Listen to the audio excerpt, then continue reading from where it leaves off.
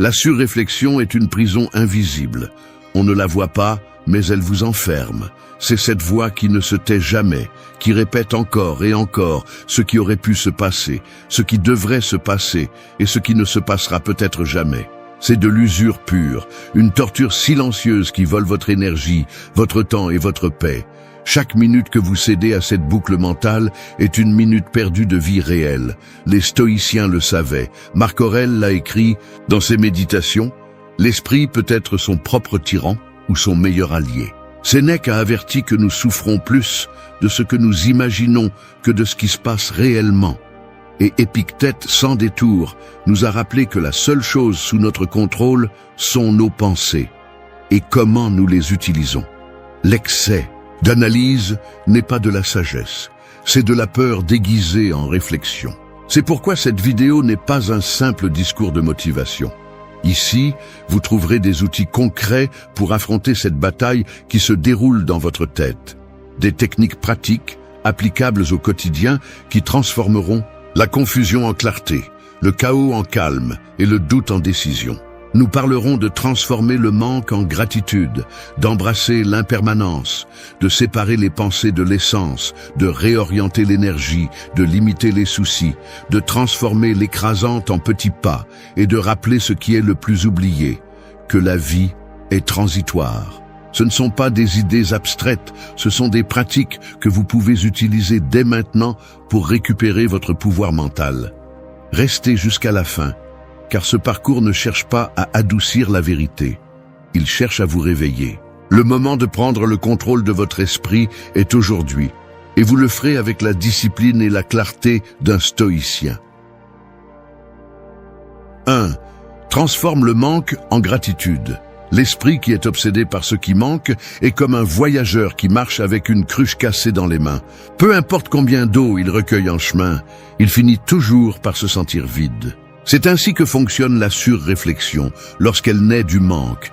Chaque pensée devient une liste de ce que tu n'as pas, de ce que tu n'accomplis pas, de ce que tu as perdu ou de ce que d'autres apprécient pendant que tu as l'impression de rester en arrière. Et plus tu te concentres sur cette fissure, plus elle semble s'agrandir. Le stoïcisme offre une réponse radicale.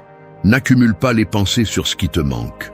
Tourne ton regard vers ce que tu possèdes déjà, car c'est là que commence la véritable force. Marc Aurèle a écrit que la richesse d'un homme se mesure par la qualité de ses pensées, non par ce qu'il accumule. Lorsque tu entraînes ton esprit à être reconnaissant pour les choses simples, le poison de la surréflexion perd de sa force.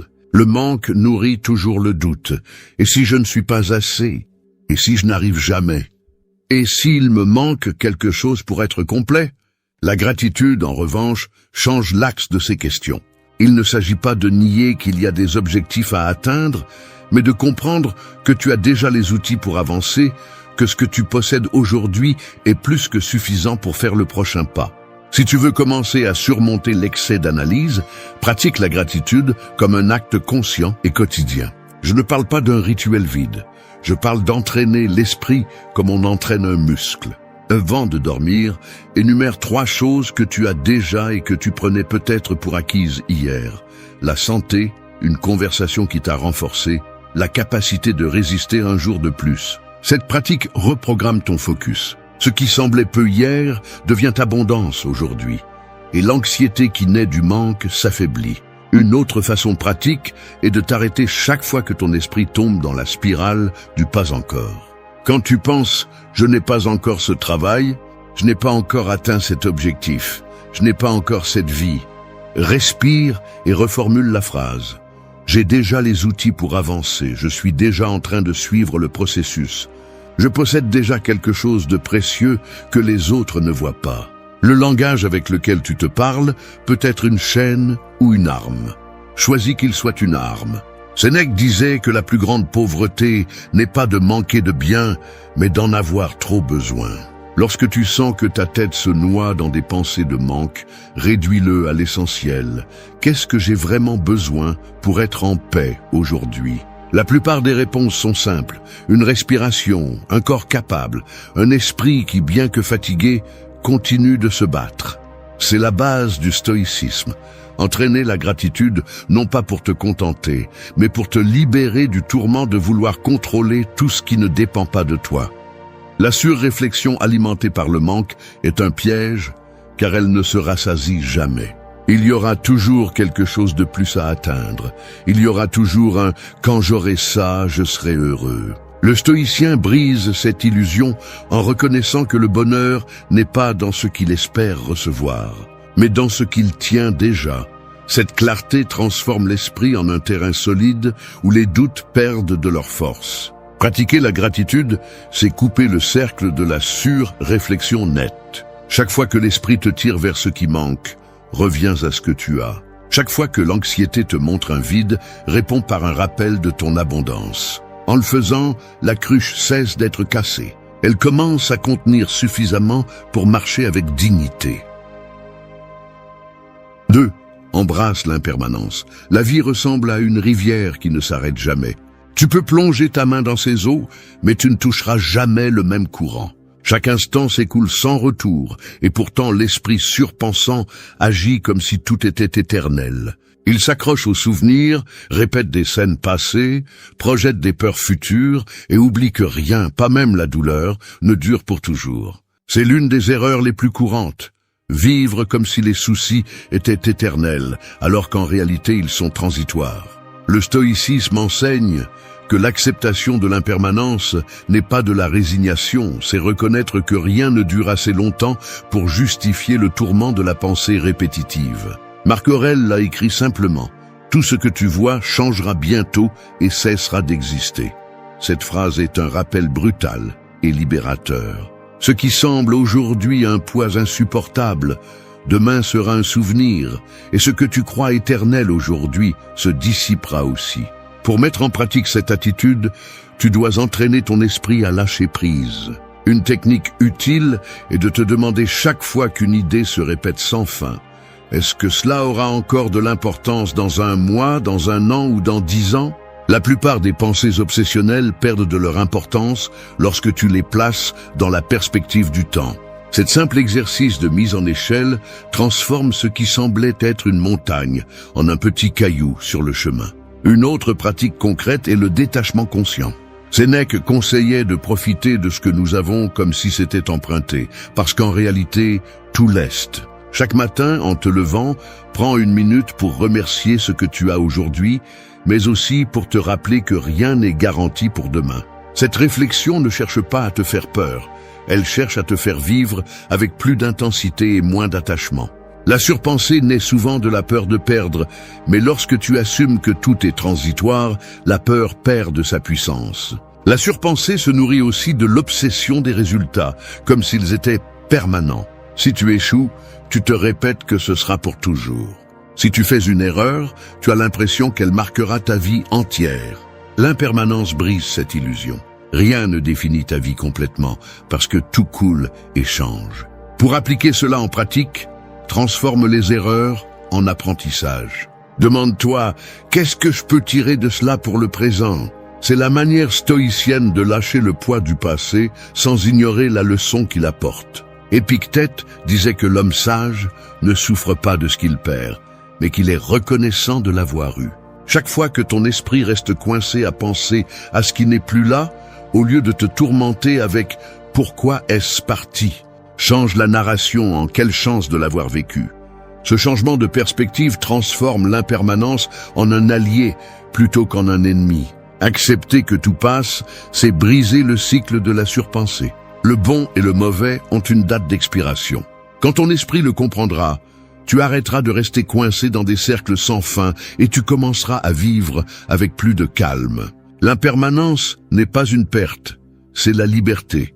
Et quand tu l'embrasses, tu reprends le contrôle de ton esprit. 3. Honore l'effort plus que le résultat. L'esprit obsédé par les résultats ressemble à quelqu'un qui plante un arbre et qui chaque jour le déracine pour vérifier s'il a déjà poussé. Cette impatience détruit ce qu'il essaie de cultiver. Et c'est ainsi que fonctionne la surréflexion lorsqu'elle ne se concentre que sur la fin. L'excès d'analyse survient parce que nous voulons des certitudes immédiates, des garanties de succès, des preuves que tout ira bien. Le problème est que la vie n'offre jamais ces garanties, elle n'offre que le présent et ce que nous en faisons. Le stoïcisme répond clairement, tu n'as pas de pouvoir sur le résultat, mais tu en as sur ton effort. Marc Aurèle a écrit qu'il ne s'agit pas que le monde te rende ce que tu mérites, mais d'agir conformément à la vertu. Ce principe change complètement la façon dont l'esprit traite l'anxiété. L'effort est sous ton contrôle, le résultat ne l'est pas. Lorsque tu acceptes cette différence, la surréflexion s'affaiblit, car tu arrêtes de te torturer pour ce que tu ne peux pas gérer et tu concentres ton énergie sur la seule chose qui dépend de toi, l'action présente. Pour appliquer cela de manière pratique, commence par fixer des objectifs axés sur le processus, pas sur le résultat. Au lieu de te dire « je veux réussir ce projet », change la formule en « je vais consacrer 2 heures par jour avec discipline à ce projet ». Ainsi, tu arrêtes de nourrir le doute de savoir si tu réussiras et tu entraînes ton esprit à se concentrer sur l'acte concret. Chaque jour accompli est une victoire que la surréflexion ne peut pas te voler. Un autre conseil est d'entraîner l'esprit à mesurer le progrès en étapes, pas en trophées. La surréflexion s'active lorsque tu regardes trop loin à l'horizon. Si tu te répètes que tout dépend de l'atteinte de l'objectif final, tu vivras dans une anxiété constante. Au contraire, reconnais chaque avancée comme une réussite en soi. Sénèque disait qu'aucune grande chose n'est réalisée immédiatement. Et si tu essaies de mesurer ta valeur uniquement par la fin, tu auras toujours l'impression d'échouer. Célèbre les petits pas, car ils sont la base de ce qui est grand. L'effort implique également d'accepter l'imperfection. La surréflexion apparaît lorsque tu veux que tout soit parfait avant d'agir. Tu attends le moment idéal, le plan sans faille, la confirmation que rien ne va mal se passer. Cela n'arrive jamais, et pendant que tu attends, tu perds la vie. La pratique stoïcienne consiste à avancer même avec des doutes, sachant que les erreurs font partie du processus. Épictète enseignait que ce qui est important n'est pas ce qui se passe, mais comment tu l'utilises. Si tu échoues, l'effort a déjà semé une leçon qui demain fera partie de ta force. Lorsque tu honores l'effort, plus que le résultat, tu te libères également de la comparaison avec les autres. La surréflexion survient souvent parce que tu mesures ta vie avec la règle d'autrui. Tu te demandes pourquoi les autres avancent plus vite ou accomplissent plus de choses. Ce cercle te consume. L'attitude stoïcienne est de se rappeler que ton effort est unique et n'a pas besoin de compétition. Compare-toi à ta version d'hier, pas à la vie d'un autre. Ce changement de perspective apaise l'esprit et redonne de la clarté. Tu peux appliquer cela dans la vie quotidienne de manière simple. À la fin de la journée, au lieu de te demander « ai-je accompli ce que je voulais ?», demande-toi « ai-je fait l'effort qui était en mon pouvoir ?» Cette question élimine l'angoisse pour l'avenir et centre ton attention sur ce que tu as fait aujourd'hui. Si la réponse est oui, repose-toi en paix, car il n'y a rien de plus que tu aurais pu faire. Si la réponse est non, ne te punis pas, ajuste et fais mieux demain. Cette pratique entraîne ton esprit à cesser de tourner sans fin sur ce qui ne dépend pas de toi. Le résultat est incertain, l'effort est à toi. La surréflexion perd sa force lorsque tu comprends cela. 4. Réoriente ton énergie mentale. L'esprit ressemble à un phare. Lorsque sa lumière est concentrée, elle peut traverser l'obscurité et guider les navires au milieu de la tempête. Mais si cette lumière se disperse dans toutes les directions, elle perd de sa force, cesse d'éclairer et devient une simple lueur inutile. C'est ainsi que fonctionne la surréflexion. Ton énergie mentale se disperse dans 1000 directions, s'épuise dans des scénarios imaginaires, se complique dans des suppositions et finit sans clarté pour agir sur ce qui compte vraiment. Le stoïcisme enseigne que le pouvoir réside dans la concentration, dans le fait de diriger l'attention vers l'essentiel, car là où tu mets ton esprit est là où tu construis ta vie. Marc Aurèle le disait de manière percutante, « Le bonheur de ta vie dépend de la qualité de tes pensées. » Et la qualité des pensées ne réside pas dans la quantité, mais dans la direction. Un esprit qui surréfléchit consacre sa lumière à ce qu'il ne peut contrôler, au passé qui n'existe plus, à l'avenir qui n'est pas encore arrivé. La pratique stoïcienne est simple mais exigeante. Concentre ton énergie sur ce qui dépend de toi et arrête de gaspiller des forces sur l'inévitable. Pour mettre en pratique cette attitude, commence par identifier où va ton énergie. Fais un exercice d'honnêteté. Lorsque ta tête ne s'arrête pas, demande-toi ce pensée, est-ce que je peux la résoudre ou non? Si la réponse est non, coupe le flux, respire et dirige ton attention vers une action concrète. Cela peut sembler simple, mais cette coupure délibérée est un entraînement qui transforme peu à peu la façon dont ton esprit répond au chaos. Un autre conseil est de concevoir des routines de concentration. La surréflexion se développe dans le désordre, dans les espaces où l'esprit vagabonde sans direction. Si ta journée n'a pas de structure, ton esprit en invente une, et presque toujours avec des soucis. Consacre les premières heures de la journée à des activités qui concentrent ton énergie. Exercice, lecture, écriture de ce que tu as besoin de faire. En donnant à ton esprit une tâche claire, tu réduis l'espace où l'excès d'analyse a tendance à s'installer. Il est également utile de pratiquer la technique du une chose à la fois. La multitâche est l'un des pièges modernes qui alimentent la dispersion mentale. Lorsque tu essaies de faire plusieurs choses, en réalité tu n'en termines aucune et ta tête se remplit de choses en attente. Le stoïcien recommande d'agir avec présence. Si tu manges, mange. Si tu travailles, travaille. Si tu te reposes, repose-toi. Cela peut sembler évident, mais en pratique c'est révolutionnaire, car cela libère l'esprit de la charge d'être dans 1000 endroits en même temps. Sénèque avertissait que celui qui est partout n'est en réalité nulle part. La réorientation de ton énergie exige de la discipline pour dire non. Non à la distraction constante, non aux pensées répétitives qui ne mènent à rien, non aux conversations internes qui épuisent. Dire non, c'est aussi dire oui à ton calme et à ton pouvoir de décision. Une autre pratique stoïcienne puissante consiste à écrire ce qui te préoccupe et ensuite à choisir une seule chose sur laquelle agir aujourd'hui. Cette sélection est un filtre qui concentre ton énergie sur ce que tu peux bouger et en même temps éteint la sensation d'être entouré de pensées sans fin. Chaque jour concentré sur une action concrète est un coup contre la surréflexion. L'énergie mentale est une ressource limitée. Si tu la gaspilles en doute, en peur et en scénarios qui n'existent pas, lorsque viendra le moment d'agir, tu n'auras ni clarté ni force. Mais si tu apprends à la réorienter, chaque décision sera plus ferme, chaque pas plus sûr. L'esprit qui s'entraîne à se concentrer devient un phare qui éclaire même au milieu de la tempête. La surréflexion se nourrit de dispersion, mais tu peux la vaincre avec la direction. 5. Sépare tes pensées de ton essence. L'esprit peut sembler une pièce remplie de voix qui parlent en même temps. Certaines murmurent des doutes, d'autres crient des peurs, d'autres inventent des scénarios qui ne se produiront jamais. Quand tu ne sais pas distinguer ces voix, tu finis par croire qu'elles sont toutes toi. Et c'est là que la surréflexion devient un fardeau insupportable. Le stoïcisme enseigne quelque chose de libérateur.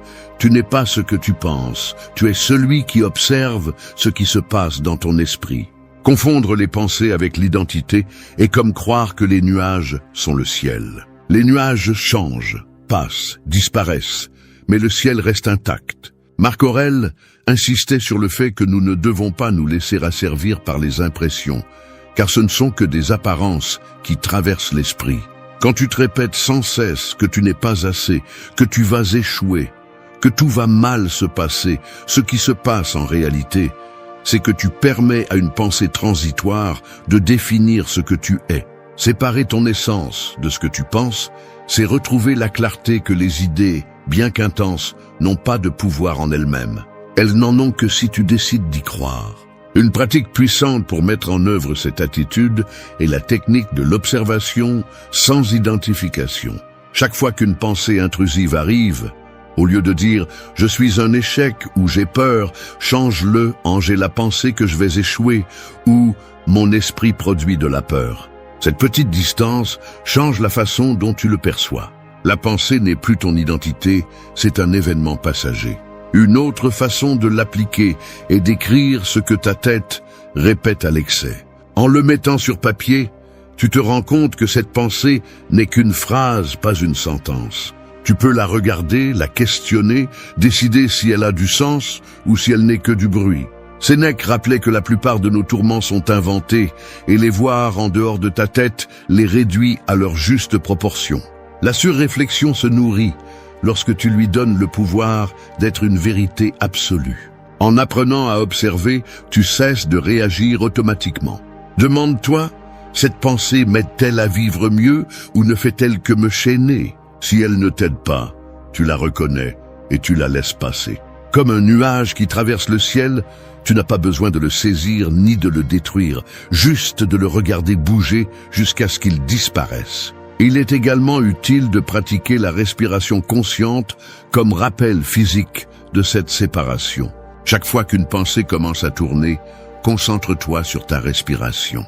Inspire profondément, expire lentement, et pendant que tu le fais, répète intérieurement « Je suis celui qui respire, pas ce que je pense ». Cette habitude renforce la distance entre ton essence et le bruit mental, te rendant la tranquillité. Épictète disait que ce ne sont pas les choses qui nous perturbent, mais les opinions que nous avons sur elles. C'est la clé. Ce que tu penses de toi, des autres ou de l'avenir sont des interprétations, pas des faits. Si tu arrives à les voir comme telles, tu retrouves le pouvoir de choisir quelles pensées méritent ton attention et lesquelles doivent partir sans résistance. Séparer les pensées de l'essence ne signifie pas ignorer ton esprit. Cela signifie le gouverner. Cela signifie se rappeler que tu n'es pas tes peurs, ni tes doutes, ni tes erreurs. Tu es la conscience qui les observe et qui peut décider comment agir face à eux. Lorsque tu appliques cette attitude, la surréflexion perd de sa force, parce que tu comprends que tu n'as pas besoin de lutter contre chaque idée qui apparaît. Tu as juste besoin de reconnaître que tu es plus grand qu'elles toutes. La véritable liberté mentale commence lorsque tu apprends à être le ciel, pas les nuages. 6. Maîtrisez vos soucis avec une limite. Les soucis ressemblent à un incendie qui commence par une étincelle. Si vous ne le conteniez pas, il dévorera tout sur son passage. L'esprit qui surpense allume ce feu encore et encore, imaginant des scénarios qui ne se sont pas encore produits, inventant des problèmes qui n'arriveront peut-être jamais. Le pire, c'est que plus vous essayez de l'éteindre avec des pensées, plus il grandit, car l'excès d'analyse devient de l'essence. Le stoïcisme enseigne que la solution n'est pas d'éliminer tous les soucis, car c'est impossible, mais d'apprendre à leur fixer une limite, comme un pare-feu qui arrête l'avancée des flammes. Marc Aurèle recommandait de ne pas gaspiller votre vie à vous soucier de ce qui est hors de votre contrôle. Cet enseignement est clair. Il ne s'agit pas de penser moins par hasard, mais de former l'esprit à établir un espace défini pour les soucis. Une technique pratique consiste à créer ce que les psychologues modernes appellent un temps de souci. Choisissez un moment de la journée, par exemple 20 minutes dans l'après-midi, et concentrez-vous uniquement sur le fait de noter ou de réfléchir à ce qui vous inquiète. Lorsqu'une pensée apparaît en dehors de cette période, au lieu de la laisser se propager, dites à votre esprit « Je m'occuperai de cela pendant mon temps de souci ». Une autre pratique efficace est d'utiliser la dichotomie du contrôle, si souvent répétée par Épictète. Faites une liste et divisez vos soucis en 2 colonnes. Ce que vous pouvez contrôler et ce que vous ne pouvez pas. Ce qui ne dépend pas de vous, acceptez-le et laissez-le partir. Ce qui dépend de vous, transformez-le en un plan d'action concret. Cette clarté élimine le sentiment d'être piégé dans une mer de pensées. Vous n'avez pas besoin de tout résoudre d'un coup. Il suffit de différencier l'inévitable de ce qui peut changer. Sénèque avertissait que nous souffrons plus dans l'imagination que dans la réalité. Souvent, vos soucis sont des projections exagérées qui ne se matérialisent pas. Pour réduire cet effet, utilisez la pratique de vous demander « Qu'est-ce qui pourrait vraiment arriver de pire ?» En affrontant directement ce scénario, l'esprit cesse de gonfler la peur comme un monstre invisible. Un autre conseil est d'établir des rituels de fermeture mentale à la fin de la journée. Lorsque la nuit arrive, la surpensée s'intensifie, car le silence extérieur amplifie le bruit intérieur. Écrivez dans un cahier ce qui vous inquiète avant de dormir. Fermez le cahier et dites à voix basse « Je m'occuperai de cela demain ». Ce geste simple crée une limite physique et psychologique qui entraîne votre cerveau à ne pas continuer à nourrir le souci dans l'obscurité. Il est également utile d'utiliser le corps comme ancre. Lorsqu'une pensée se répète sans contrôle, déplacez votre attention vers une action physique. Marchez, vous étirez, respirez profondément. Le corps coupe le circuit du souci et renvoie à l'esprit le signal qu'il peut se calmer. Les stoïciens comprenaient que la discipline mentale n'est pas séparée du corps, mais que les deux travaillent ensemble pour soutenir la sérénité. Maîtriser les soucis avec une limite ne signifie pas les ignorer, ni prétendre qu'ils n'existent pas. Cela signifie les reconnaître, leur donner un espace contrôlé et ensuite y mettre fin. Comme un incendie qui peut dévaster une ville s'il est laissé libre, les soucis consomment votre énergie si vous ne les conteniez pas. Mais lorsque vous apprenez à construire des limites, l'étincelle cesse d'être une menace et devient gérable. C'est la victoire du stoïcien. Utilisez l'esprit comme un outil et non comme un ennemi.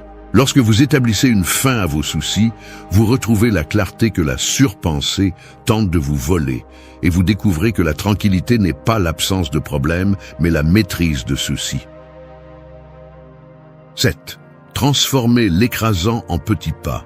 La surréflexion ressemble à être devant une montagne immense et à rester paralysé en regardant le sommet. La vue est si impressionnante que le corps ne bouge pas. L'esprit fait de même. Il amplifie les problèmes jusqu'à les transformer en géants inaccessibles. Chaque détail est analysé, chaque scénario est imaginé, chaque erreur possible est anticipée, et ainsi, au lieu d'avancer, vous restez coincé dans l'immobilité. Le stoïcisme enseigne que la façon de vaincre l'accablement n'est pas de défier la montagne dans son ensemble, mais de diviser l'ascension en étapes gérables qui peuvent être exécutées avec calme et constance. Marc Aurèle conseillait de ne pas se laisser intimider par l'ampleur d'une tâche, mais de la fragmenter jusqu'à ce qu'elle devienne gérable. Il disait qu'aucune action importante n'est impossible si elle est divisée en petites actions. Cette idée frappe directement au cœur de la surréflexion, car lorsque vous réduisez le grand en partie, l'esprit cesse d'inventer des excuses et se concentre sur l'immédiat.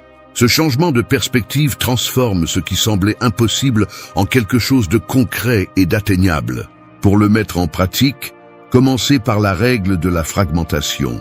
Chaque fois que vous sentez qu'une tâche ou une préoccupation est trop grande, demandez-vous « Quel est le premier petit pas que je peux faire maintenant ?»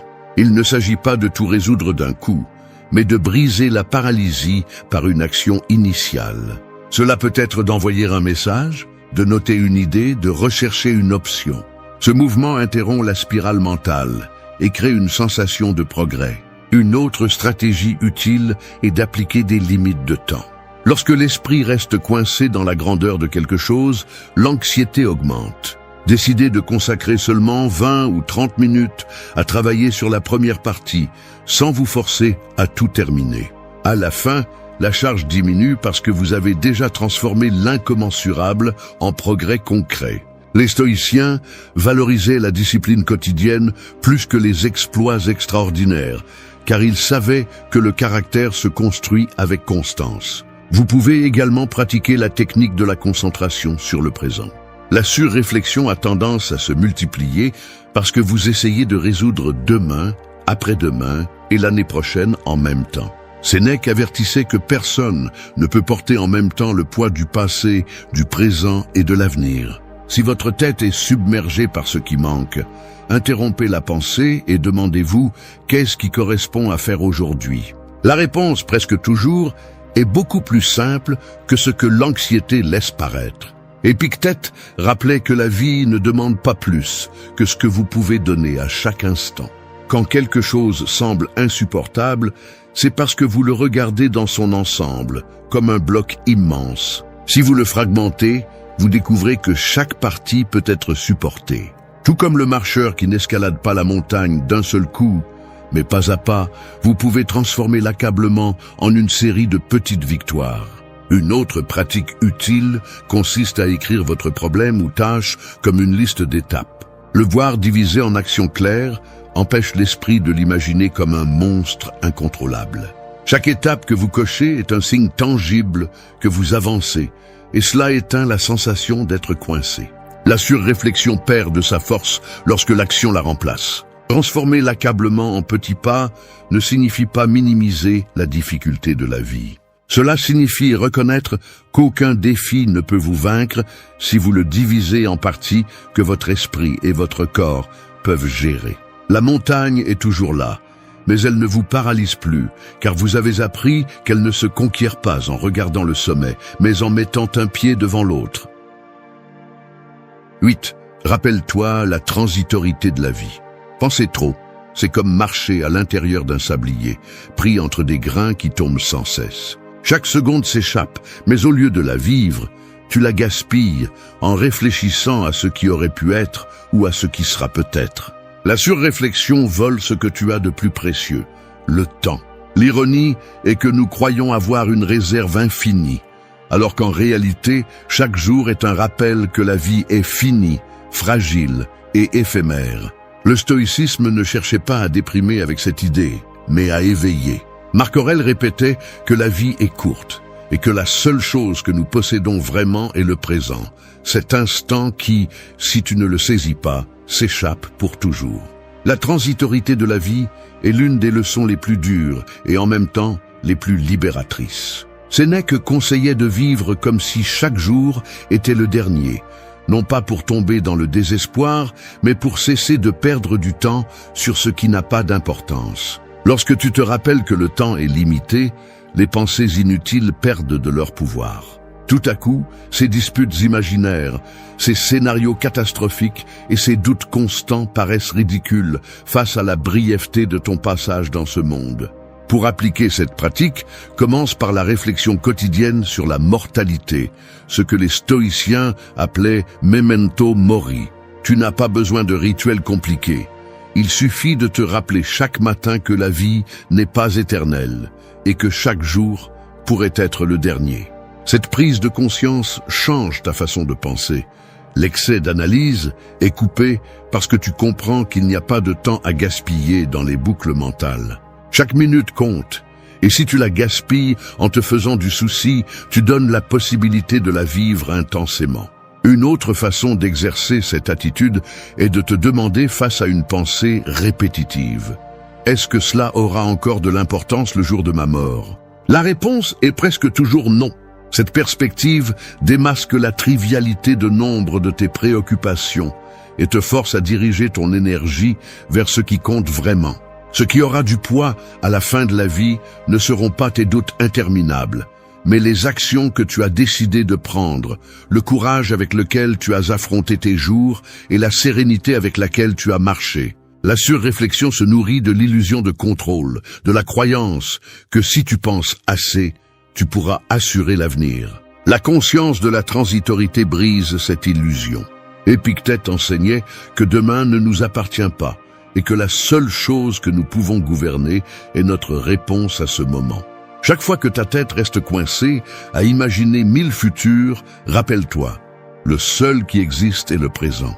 Cela suffit pour vivre avec plus de calme et de détermination. Tu peux aussi pratiquer la gratitude liée à la transitorité. Remercie pour ce que tu as maintenant parce que tu sais que cela ne sera pas éternel. Remercie les personnes qui sont à tes côtés aujourd'hui parce que demain, elles pourraient ne pas être là. Remercie ta santé, ton temps et tes capacités parce que chacun d'eux est éphémère. Cette pratique non seulement arrête la surréflexion, mais elle éveille aussi une profonde appréciation pour le quotidien. Se rappeler la transitorité de la vie ne signifie pas vivre avec peur. Cela signifie vivre avec une urgence consciente. Cela signifie comprendre que chaque jour gaspillé dans des boucles mentales est un jour qui ne reviendra jamais. Lorsque l'esprit se rappelle que l'horloge continue d'avancer, les doutes se réduisent et les décisions deviennent plus fermes. L'excès d'analyse perd de son pouvoir parce que la vie elle-même te rappelle que tu ne peux pas rester éternellement à penser sur le bord de la rivière. Tôt ou tard, l'eau continue de couler. Le stoïcien ne fuit pas cette vérité, il l'embrasse. Merci d'être resté jusqu'à la fin de la vidéo. Si vous avez tout vu, commentez « Je suis stoïcien » comme notre signe secret. indiquant que vous êtes un véritable apprenant du stoïcisme. Pense à un volcan qui se réveille soudainement, projetant du feu, de la fumée et des cendres partout. C'est ainsi que se déroulent de nombreuses discussions. Elles éclatent sans prévenir et cherchent à t'entraîner dans leur fureur. Mais observe maintenant une montagne qui reste intacte face à l'éruption, solide, ferme, sans se laisser ébranler par la violence environnante. Cette montagne, c'est toi lorsque tu décides de ne pas perdre ton calme face aux attaques verbales. Parce que le véritable pouvoir n'est pas dans le fait de hausser la voix, mais de montrer que ta voix sereine a plus de poids que n'importe quel cri. Dans chaque confrontation verbale, il y a toujours un piège caché. Croire que celui qui parle le plus fort est celui qui gagne. Mais la réalité est autre. Celui qui contrôle son ton, celui qui mesure ses mots, celui qui sait quand se taire et quand répondre, c'est celui qui a vraiment le contrôle. Et quand quelqu'un cherche à te provoquer avec des insultes ou des sarcasmes, ce qu'il essaie vraiment de faire, c'est de t'entraîner sur son terrain, de te faire perdre ta sérénité. Si tu tombes, tu as déjà perdu. Si tu résistes intelligemment, la victoire est à toi. Les stoïciens le comprenaient mieux que quiconque. Le triomphe n'est pas d'humilier l'autre, c'est de ne laisser personne voler ta paix. C'est pourquoi, ici, tu apprendras à utiliser des phrases courtes, percutantes, qui semblent simples, mais qui frappent plus fort que n'importe quelle discussion longue et bruyante. Ce sont des réponses qui ne cherchent pas à blesser, mais à établir des limites claires et à faire respecter ton espace sans pousser un seul cri. Reste jusqu'à la fin, car ce que tu trouveras ici ne sont pas des conseils vides, mais des outils pratiques que tu pourras appliquer dans ta vie quotidienne, au travail, dans ta famille, ou avec n'importe qui essaye de te manipuler ou de te faire perdre le contrôle. Ici, tu découvriras que le silence est aussi une réponse, que ton attitude et ton regard peuvent en dire plus que 1000 mots et que la sérénité bien maintenue peut te rendre impossible à briser. Ce scénario est un entraînement pour ton caractère, pour que tu cesses d'être la proie du feu des autres et que tu deviennes la montagne solide que personne ne parvient à renverser. 1. Je n'ai pas besoin de me précipiter, je répondrai calmement. Un éclair illumine le ciel pour un instant, génère du bruit et effraie tout le monde, mais disparaît aussi vite qu'il est arrivé. Le tonnerre peut être fort, mais il n'a pas de consistance. Le calme, en revanche, est comme un lever de soleil qui arrive lentement, fermement, inévitablement, et qui finit par s'imposer sur n'importe quelle obscurité. C'est ainsi que se présente ta réponse lorsque tu choisis de ne pas te précipiter, brève, ferme et sereine. Elle ne cherche pas à éblouir ni à intimider, elle met simplement les choses à leur place. L'erreur la plus courante dans une discussion est de réagir au même rythme que l'attaque. On te lance des mots durs, et ta première réaction est de les renvoyer sans réfléchir, et à ce moment-là, tu n'es plus maître de toi-même, tu es un reflet de l'autre. Tu es tombé dans son jeu. La clé est de comprendre que chaque seconde de pause avant de répondre est un acte de pouvoir. Cette pause est ce qui transforme ta réponse en quelque chose qui désarme plutôt qu'en quelque chose qui alimente le conflit. Celui qui t'attaque cherche la vitesse. Il veut t'entraîner sur un terrain où la colère règne. Il sait que si tu réponds immédiatement, tu succomberas à l'impulsion et tu t'affaibliras. Mais lorsque tu choisis de freiner, de respirer et de répondre calmement, tu brises le scénario. Ils attendaient du feu et trouvent de l'eau. Ils attendaient un cri et reçoivent un murmure ferme. Et c'est à ce moment-là que l'agresseur est déstabilisé, car ta sérénité est un miroir qui lui rappelle le ridicule de son exaltation. Répondre calmement ne signifie pas ne pas répondre. Cela ne signifie pas baisser la tête ni rester silencieux par peur. Cela signifie choisir des phrases courtes qui ferment la porte à la confrontation inutile, mais qui définissent clairement ta limite. Des exemples simples. Je parlerai quand on pourra le faire avec respect, ton opinion est la tienne, je garde la mienne, je n'ai pas besoin de crier pour que tu me comprennes. Ce sont des réponses qui ne cherchent pas à gagner, mais à reprendre le contrôle de la situation. Fais-en une habitude dans la vie quotidienne. Au travail, lorsque quelqu'un te met la pression avec des commentaires sarcastiques, réponds calmement. Si tu veux que nous parlions, faisons-le avec respect. Dans ta famille, si une dispute éclate où tout le monde élève la voix, sois celui qui dit lentement « Je préfère attendre que nous puissions nous écouter sans crier ». Dans la rue, si quelqu'un cherche à te provoquer, un simple « Je ne vais pas discuter de ça » suffit. Chacune de ces phrases est comme un mur qui protège ta paix et en même temps montre que tu n'es pas quelqu'un de manipulable. Le calme soutenu ne s'obtient pas du jour au lendemain. Il se travaille. Commence par les petites choses, quand quelqu'un interrompt ton opinion, quand un inconnu te répond avec rudesse, quand les réseaux sociaux se remplissent de commentaires agressifs. Au lieu de réagir avec la même énergie, pratique la respiration, l'observation et donne une réponse claire mais sans précipitation. Chaque fois que tu le fais, tu renforces ce muscle interne que les stoïciens appelaient la maîtrise de soi. Marc Aurèle disait que la plus grande victoire est de se gouverner soi-même. Et il avait raison. Celui qui crie montre sa fragilité. Celui qui répond immédiatement montre qu'il dépend de l'autre pour agir. Cette personne montre clairement que personne ne contrôle son état émotionnel. Imagine quelqu'un qui essaie de t'humilier en public, attendant ta réaction. Si tu succombes à la précipitation, tu valides son attaque. Mais si tu prends une seconde et dis calmement « Ce que tu penses de moi ne change pas ce que je suis », la situation change complètement. Non seulement tu te protèges, mais tu poses aussi une limite et tu projettes du respect. Ce type de réponse ne cherche pas à détruire, il cherche à démontrer l'indépendance. 2. Ma voix sereine a plus de poids que les cris. Des coups forts sur une table peuvent impressionner au début, mais ce bruit disparaît en quelques secondes et ne laisse rien de plus qu'un silence gênant. En revanche, un mot ferme, prononcé sans hâte et avec calme, reste dans l'esprit de l'auditeur beaucoup plus longtemps que n'importe quel fracas.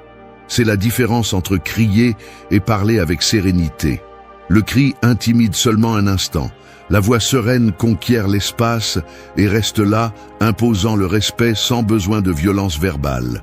Celui qui crie pense qu'il gagne du terrain par l'intensité, alors qu'en réalité, il montre sa faiblesse. Le cri révèle qu'il n'y a pas d'argument solide derrière, c'est une déclaration de vide. La voix sereine, en revanche, transmet la sécurité, car elle démontre que tu n'as pas besoin de t'énerver pour être entendu. Une réponse claire, brève et tranquille peut faire baisser le ton même à la personne la plus exaltée. Des phrases comme « Je ne répondrai pas si tu me parles en criant » ou « Je préfère parler quand il y a du calme » sont des exemples de comment ta sérénité coupe le conflit à la racine. L'habitude de parler calmement se construit dans les moments quotidiens. N'attends pas une grande dispute pour la mettre en pratique. Fais-le dans de petites situations.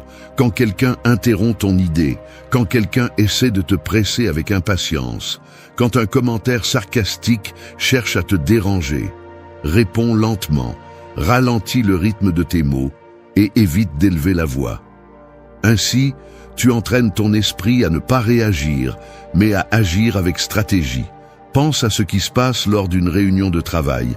Si quelqu'un te contredit de manière agressive et que tu réponds au même niveau, le conflit grandit. Mais si ta voix reste sereine et que tu dis « Je vais expliquer mon point de vue », écoute-le calmement. Ta présence gagne en poids. L'autre est exposé, car plus il crie, plus il est évident qu'il perd le contrôle face à ton sang-froid. La sérénité devient alors un miroir qui met en évidence le manque d'équilibre de l'agresseur.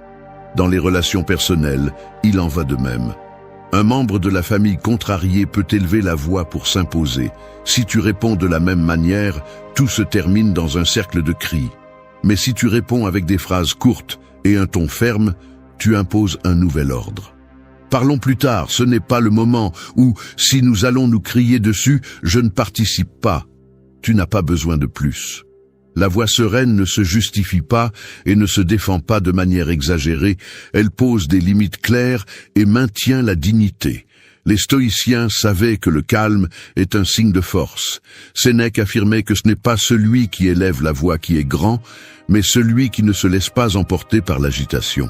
Cette idée prend vie dans la pratique quotidienne. Alors que d'autres se fatiguent avec du bruit, tu conserves de l'énergie parce que ta voix ne dépend pas de l'impulsion. Chaque mot à toi, dit avec contrôle, est comme une flèche qui atteint le centre sans avoir besoin de tirer 100 dans l'air.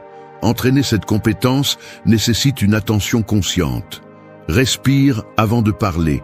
Pense à l'essentiel que tu veux dire et exprime-le sans élever ton ton. Pratique des phrases qui te soutiennent au milieu du chaos. Quand tu veux, nous pouvons parler avec respect. Je peux t'écouter, mais sans cri.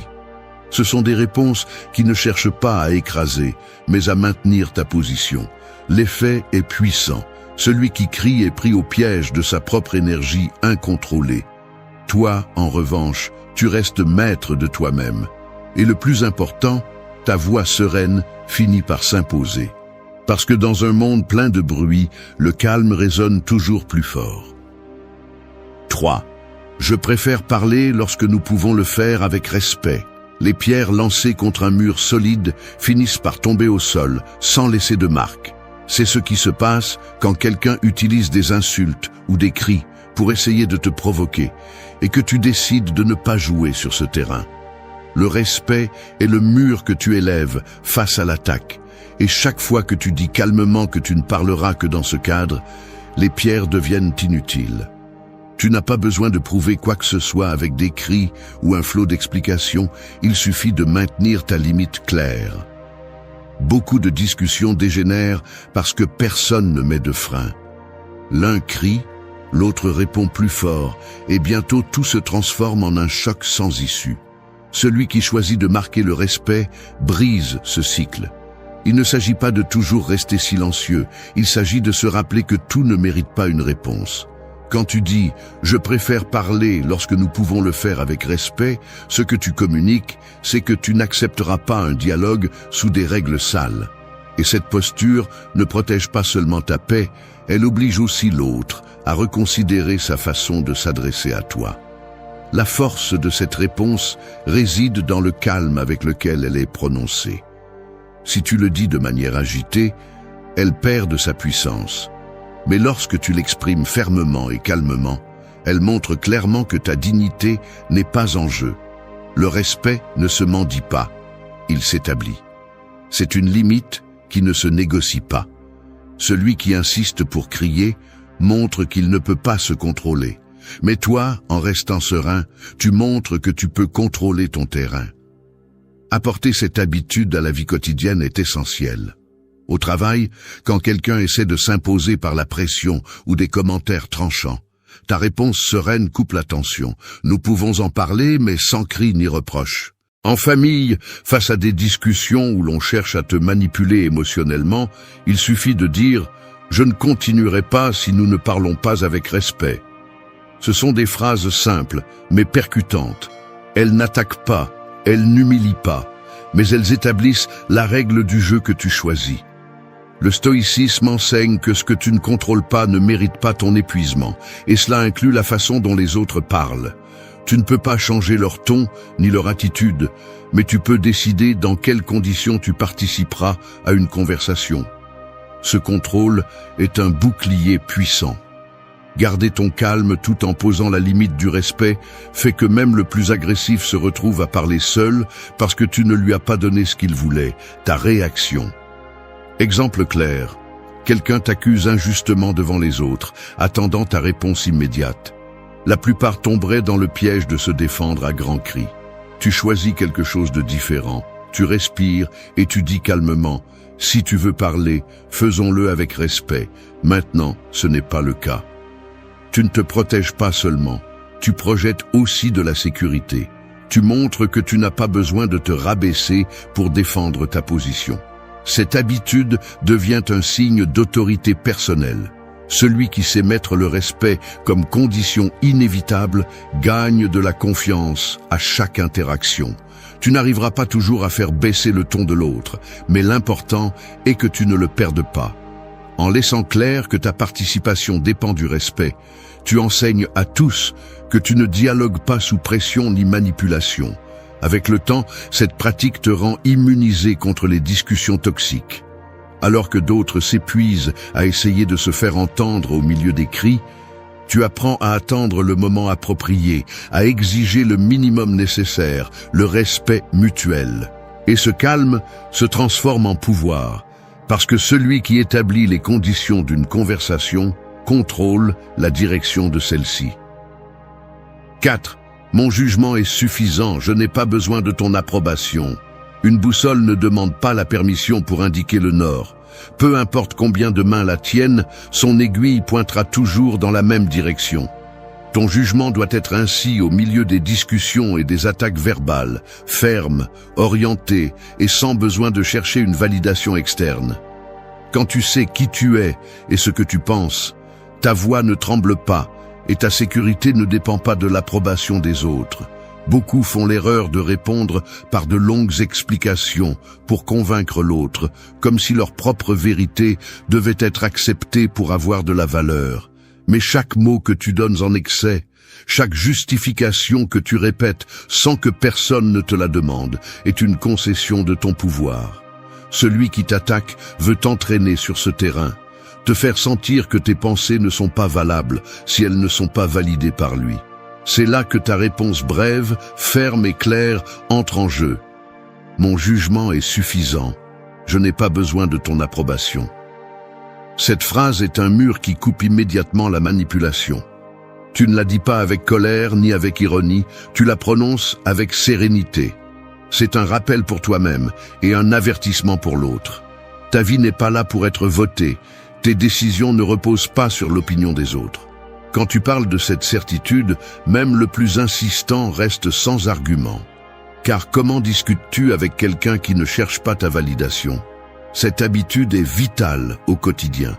Au travail, quand quelqu'un disqualifie ton idée pour la faire paraître faible, il suffit de répondre « C'est ma proposition et j'ai confiance en elle ». À la maison, face à un membre de la famille qui essaie d'imposer sa vision, tu peux dire « J'écoute ton opinion, mais je décide pour moi ». Dans la rue, face à quelqu'un qui remet en question tes choix personnels, réponds calmement « Je n'ai pas besoin de ton approbation pour vivre comme je le choisis ». Ce sont des phrases simples, mais elles reflètent un pouvoir énorme, car elles marquent une limite et renforcent ton identité. Le stoïcisme enseigne que la seule chose qui est vraiment sous ton contrôle sont tes pensées et tes actions. Tout le reste, y compris les opinions des autres, appartient à un autre domaine. Si tu comprends cela, tu arrêtes de t'épuiser à chercher des applaudissements ou à éviter les critiques. Marc Aurèle disait que la tranquillité arrive quand tu arrêtes de te soucier de ce que pensent les autres. Et cet enseignement est toujours vivant aujourd'hui. Ton jugement est ta boussole, et tant que tu le suis fermement, le bruit extérieur ne peut pas te détourner. Imagine la situation typique où quelqu'un essaie de ridiculiser ta décision devant les autres. La plupart entreraient dans une bataille verbale pour justifier leur position. Toi, en revanche, tu choisis de répondre calmement « C'est ma décision et je suis en paix avec elle ». Rien de plus. Avec cette phrase, tu démontes le jeu. L'autre attendait une longue explication qu'il pourrait attaquer, mais tu ne lui donnes pas de matière. Ta sérénité coupe l'air et la conversation manque de carburant. La clé est de faire de cela une habitude, pas une réaction isolée. Chaque jour, tu auras l'occasion de renforcer ton indépendance émotionnelle. Quand tu décides quelque chose, répète-toi mentalement « Mon jugement est suffisant ». Cet entraînement interne renforce ta confiance, et quand viendra le moment de l'exprimer à haute voix, ton ton transmettra l'authenticité. Il n'y aura pas de doute, car tu le vivras comme une vérité gravée en toi. Cette habitude protège aussi ton énergie. Quand tu n'as pas besoin de l'approbation des autres, tu arrêtes de perdre du temps dans des batailles inutiles. Tu peux écouter, tu peux considérer des opinions, mais tu décides depuis ton centre. Cela ne signifie pas être têtu, cela signifie être maître de toi. Personne ne peut manipuler celui qui ne cherche pas de validation. 5. Tes paroles sont à toi, je ne vais pas les porter. Les flèches lancées en l'air peuvent voler avec force, mais elles n'atteignent pas toujours leur cible. Beaucoup tombent au sol, d'autres se perdent dans la distance. C'est ainsi que sont les insultes et les provocations. Elles sont lancées avec colère, mais elles ne blessent que si tu décides de les ramasser. Quand tu apprends à laisser ces flèches tomber sans les toucher, tu découvres que le véritable pouvoir réside dans le fait de ne pas porter ce qui ne t'appartient pas. Chaque parole offensante en dit plus sur celui qui la lance que sur celui qui la reçoit. L'erreur la plus courante dans une discussion est de penser que tu dois te défendre de tout ce qui est dit, comme si chaque commentaire était une pierre que tu dois arrêter avec ton corps. Et non, ce n'est pas le cas. Tu choisis ce que tu portes et ce que tu laisses tomber. Quand tu réponds calmement, c'est à toi, je ne vais pas le porter, ou tes paroles ne me définissent pas, tu brises immédiatement l'intention de l'attaque. L'agresseur espérait que ses flèches te blessent, mais il se retrouve face à quelqu'un qui ne les reconnaît pas comme siennes. Cette habitude est une libération quotidienne. Dans la rue, si quelqu'un t'insulte gratuitement, tu peux répondre sereinement « Ce que tu dis parle de toi, pas de moi ». Au travail, face à des critiques injustes, il suffit de dire « Je respecte ton opinion, mais je ne la fais pas mienne ». En famille, quand un reproche cherche à te manipuler, réponds « Tes paroles sont à toi, je décide ce que je crois ». Des phrases simples, dites calmement, qui deviennent des boucliers impénétrables. Les stoïciens comprenaient cela clairement. Épictète disait que ce ne sont pas les choses qui nous affectent, mais l'interprétation que nous en faisons. Si quelqu'un t'insulte, le mal n'est pas dans le mot lui-même, mais dans ce que tu décides de faire avec. Si tu le ramasses et le gardes dans ton esprit, il te blesse. Si tu le laisses tomber, il disparaît. Aussi simple, aussi puissant. Imagine une scène quotidienne. Quelqu'un cherche à te provoquer devant un groupe, en utilisant le sarcasme pour te faire mal paraître. La réaction la plus courante serait de lui rendre l'offense avec la même intensité. Mais si tu dis calmement « C'est ton opinion, je ne la porte pas », l'attaque se désarme. Le silence gênant ne sera pas le tien. Il sera celui de celui qui a essayé de te blesser sans succès. En refusant de porter ses paroles, tu lui rends le poids de ce qu'il a dit. La clé est de faire de cette pratique une habitude constante. Chaque fois que quelqu'un essaie de déposer en toi ses frustrations déguisées en insultes, rappelle-toi que tu n'as pas à les accepter. Tu n'es pas un conteneur de déchets émotionnels. Tu n'as pas besoin de porter sur tes épaules le poison que d'autres essaient de te donner. Te répéter mentalement « ceci ne m'appartient pas » te donne une liberté immédiate. Répondre de cette façon ne signifie pas ignorer tout, mais choisir ce qui mérite ton énergie.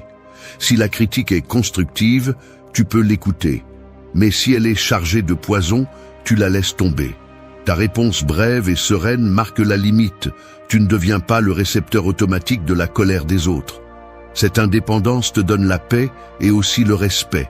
Parce que celui qui ne porte pas ce qui est étranger démontre une force intérieure. L'effet est transformateur. Quand tu ne réagis pas à chaque parole hostile, les autres découvrent qu'ils ne peuvent pas te contrôler, que leurs insultes n'ont plus de pouvoir sur toi. Et avec le temps, même les plus agressifs comprennent qu'avec toi, il ne vaut pas la peine de dépenser de l'énergie, parce que tu ne donnes pas ce qu'ils cherchent, ta réaction. C'est ainsi que tu transformes une attaque en rien, parce que les mots, sans ton permission, ne pèsent pas, et parce que tu décides ce qui entre dans ton esprit et ce qui n'y entre pas. 6. Ma posture et mon regard disent déjà ce que je pense. Un phare sur la côte n'a pas besoin de crier pour guider les bateaux. Sa lumière, ferme et constante, suffit à marquer le chemin dans l'obscurité. Il en va de même dans une discussion. Ce ne sont pas toujours les mots qui pèsent le plus, mais la façon dont tu te tiens.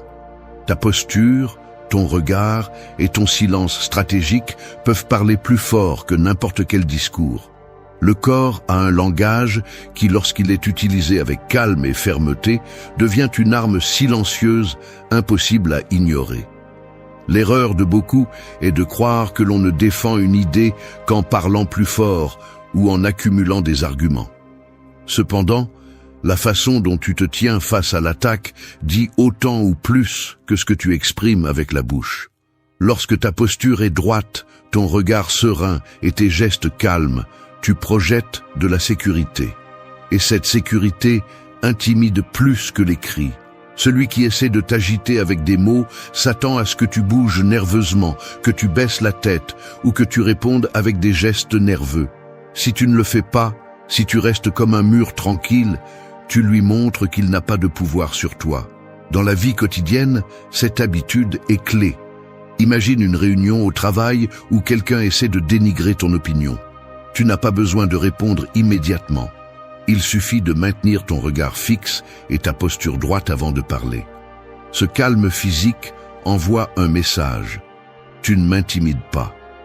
Et lorsque tu décides finalement de parler, même une phrase courte comme « je pense différemment » sonne plus fort parce que ton corps avait déjà marqué l'autorité. Cela se produit aussi dans la famille.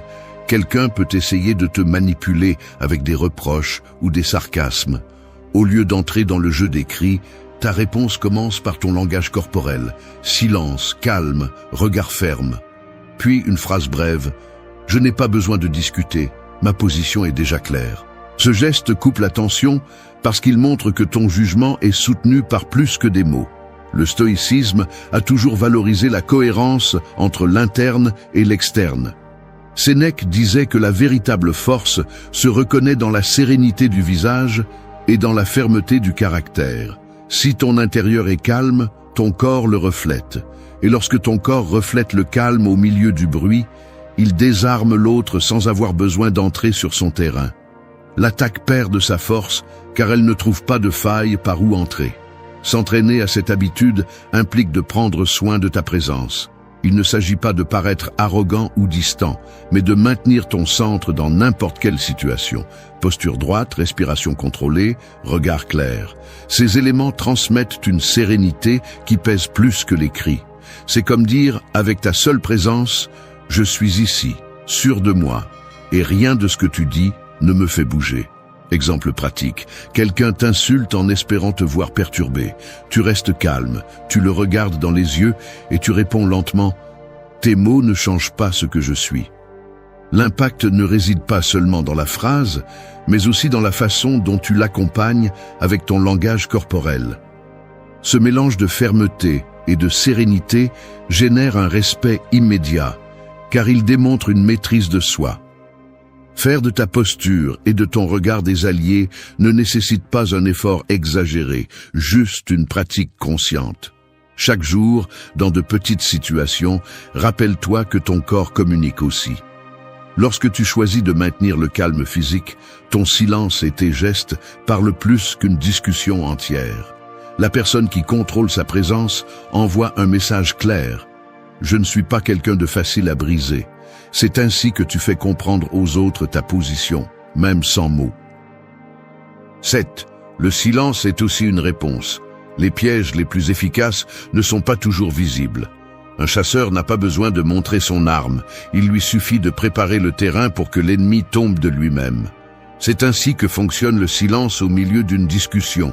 On ne le voit pas, on ne l'entend pas, mais c'est une stratégie qui oblige l'autre à tomber dans son propre bruit. Tandis qu'il s'épuise avec des cris et des insultes, tu restes tranquille, et ce calme devient un coup invisible, qui pèse plus que n'importe quel mot. Répondre par le silence ne signifie pas fuir, ni manquer d'arguments. Cela signifie choisir la meilleure stratégie, nier à l'autre ce qu'il recherche le plus, ta réaction. Celui qui crie a besoin de carburant, il a besoin que tu lui rendes le feu pour continuer à brûler. Si tu choisis de te taire, tu le laisses brûler seul jusqu'à ce que son énergie s'épuise. À ce moment-là, tu comprends que tu n'as pas gagné en discutant, tu as gagné en ne jouant pas son jeu. Cette habitude s'entraîne jour après jour. Quand quelqu'un t'attaque avec du sarcasme au travail, tu peux le regarder et rester calme. Ton silence lui dit « Je ne vais pas me fatiguer avec toi ». Dans la famille, face à un reproche injuste, se taire et se retirer est plus clair que de s'engager dans une bagarre sans fin. Et dans la rue, lorsqu'un inconnu essaie de te provoquer, ton silence et ta démarche assurée montrent que tu n'as pas l'intention de salir ton énergie. Le pouvoir du silence est qu'il place tout le poids sur l'autre. Celui qui lance des mots offensants attend une réponse. S'il ne l'obtient pas, il est exposé à sa propre agressivité. Imagine quelqu'un te crier dessus en public pendant que tu choisis de rester calme, avec un regard ferme. La tension monte, mais pas vers toi, vers celui qui perd le contrôle. Ton silence devient un miroir qui reflète son désordre et tout le monde le perçoit. C'est la force silencieuse qui intimide plus que n'importe quelle réplique. Les stoïciens voyaient dans le silence un outil de maîtrise de soi. Épictète enseignait que tout ne mérite pas d'être répondu, car tout n'a pas de valeur. Si tu choisis de répondre à chaque attaque, tu finis par être pris dans le filet de l'autre. Mais si tu sélectionnes tes batailles et laisses le silence être ta réponse, tu démontres que ta paix intérieure vaut plus que n'importe quelle provocation. Le silence n'est pas vide, c'est une déclaration. Je ne suis pas à ton niveau. Des exemples pratiques le montrent clairement. Imagine qu'un collègue essaie de t'humilier avec des blagues devant les autres. Au lieu de répondre, tu le regardes et gardes le silence. À ce moment-là, tu le laisses seul face à sa tentative de gagner des applaudissements. Le vide qui reste parle plus fort que n'importe quelle réplique. Ou dans une dispute de couple où les deux élèvent la voix, ton silence interrompt l'escalade. En ne donnant pas plus de carburant, tu obliges l'autre à s'arrêter et à reconsidérer. Faire de cela une habitude nécessite de l'autocontrôle. Il n'est pas facile de contenir le besoin de se défendre toujours, mais avec de la pratique, tu comprends que le silence n'est pas une faiblesse, c'est de l'intelligence. C'est choisir quand parler et quand laisser le bruit se détruire lui-même. Une technique simple est de te rappeler à ces moments-là, tout ne mérite pas une réponse. Cette phrase intérieure t'aide à garder ton calme et à utiliser le silence comme une arme stratégique. L'effet sur ta vie est profond. Tu gagnes du respect parce que ceux qui t'entourent découvrent qu'ils ne peuvent pas te manipuler. Tu gagnes la paix parce que tu ne portes pas le poids de discussions inutiles. Et surtout, tu gagnes du pouvoir parce que tu démontres que ton contrôle n'est pas entre les mains de quelqu'un d'autre. Le silence, utilisé avec intention, est un coup invisible qui laisse toujours une trace. 8. Ma sérénité est ma force, je n'ai pas besoin de la perdre. L'acier le plus résistant n'est pas celui qui est forgé avec des coups désespérés, mais celui qui est trempé dans le feu et ensuite refroidi avec patience jusqu'à devenir inébranlable. C'est ainsi que se manifeste la sérénité au milieu d'une discussion, une trempe silencieuse qui n'a pas besoin de montrer de violence pour démontrer sa force. Alors que d'autres s'épuisent en perdant leur calme, tu deviens plus solide à mesure qu'ils essaient de te briser. La sérénité n'est pas passivité, c'est la forme la plus pure de pouvoir. Quand quelqu'un cherche à te provoquer avec des mots durs, il le fait en espérant une réaction qui confirme son contrôle. Il veut que tu cries, que tu te mettes en colère, que tu perdes ton centre. Chaque seconde que tu maintiens ta sérénité est un coup qui le désarme, car tu lui montres qu'il n'a pas accès à ce qui est le plus précieux, ton équilibre. Et cela envoie un message clair. Tu peux parler, mais tu ne peux pas me dominer. Faire de ta sérénité une habitude quotidienne est une stratégie vitale. Au travail, quand quelqu'un remet en question ta capacité avec un ton arrogant, tu peux répondre calmement « Je comprends ton opinion, je vais continuer à faire ce que je fais ». Cette sérénité désarme, car pendant que l'autre attend un conflit, il reçoit une réponse imperturbable. Dans la famille, quand les émotions débordent dans les discussions, garder son calme et dire « Je ne vais pas perdre ma paix pour ce sujet » est suffisant pour arrêter la tempête. Même dans la rue, face à un inconnu agressif, ta sérénité et ton silence deviennent une barrière qui empêche l'attaque d'avoir un effet. Les stoïciens comprenaient que la vraie victoire est de se gouverner soi-même. Marc Aurèle affirmait que rien n'est plus fort qu'un homme qui conserve son âme tranquille. Cette leçon prend tout son sens lorsque tu pratiques la sérénité au milieu du chaos. Il ne s'agit pas de nier ce que tu ressens, mais de le diriger. La colère peut brûler de l'intérieur, mais la sérénité la refroidit jusqu'à la rendre inutile. C'est comme éteindre un incendie avec de l'eau claire. Exemple concret. Quelqu'un t'accuse faussement devant les autres, en attendant ta défense agitée. Tu choisis la sérénité, tu regardes calmement et tu réponds « Quand tu voudras parler avec respect, je le ferai. » Rien de plus. Cette brève phrase, soutenue par la sérénité, pèse plus qu'un discours de 10 minutes crié. L'accusateur est mis en évidence parce que son bruit contraste avec ton contrôle. Faire de la sérénité ta force ne signifie pas que tu ne parles jamais fermement. Cela signifie que tu choisis quand, comment et avec quel ton le faire. Le pratiquer implique d'entraîner l'esprit à ne pas sauter à chaque provocation. Chaque jour, tu auras des occasions de le faire. Dans une discussion inutile, dans un commentaire offensant, dans une tentative de manipulation. Respire, rappelle-toi ton centre et demande-toi « Est-ce que ça vaut la peine de perdre ma paix pour ça ?» La plupart du temps, la réponse sera non. Le pouvoir de la sérénité réside aussi dans le fait qu'elle protège ton énergie.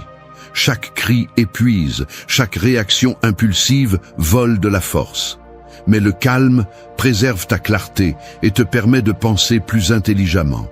Alors que les autres perdent le contrôle, tu planifies, tu choisis et tu décides depuis la lucidité. Cela ne te protège pas seulement, cela te place aussi un pas en avant. Avec le temps, ta sérénité devient ta marque personnelle. Les autres commencent à le remarquer, que tu n'es pas facile à provoquer, que tu ne te laisses pas entraîner dans des jeux inutiles, que ta paix n'est pas à vendre. Cela génère du respect, même de la part de ceux qui ont été. Dans un monde où tout le monde sourit, mais peu te regarde dans les yeux avec vérité, marcher avec le cœur exposé est comme traverser un champ de mines, les yeux bandés. Tu ne sais pas qui est réel jusqu'à ce que la trahison explose. Et quand elle explose, il est déjà trop tard. C'est pourquoi celui qui survit dans ce monde n'est pas celui qui fait le plus confiance, c'est celui qui observe le plus.